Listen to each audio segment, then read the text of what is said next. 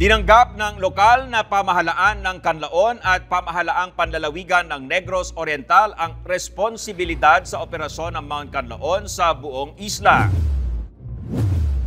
Ito'y matapos ipasa na ng Department of Social Welfare and Development Region 7 ang Disaster Response Management kasunod ng serye ng pagpupulong kasama ang LGU at provincial government noong nakaraang linggo. Mula nang pumutok ang bulkan noong Disyembre, ang Canlaon City LGU at DSWD Region 7 ang sumuporta sa pangangailangan ng mga residenteng naapektuhan.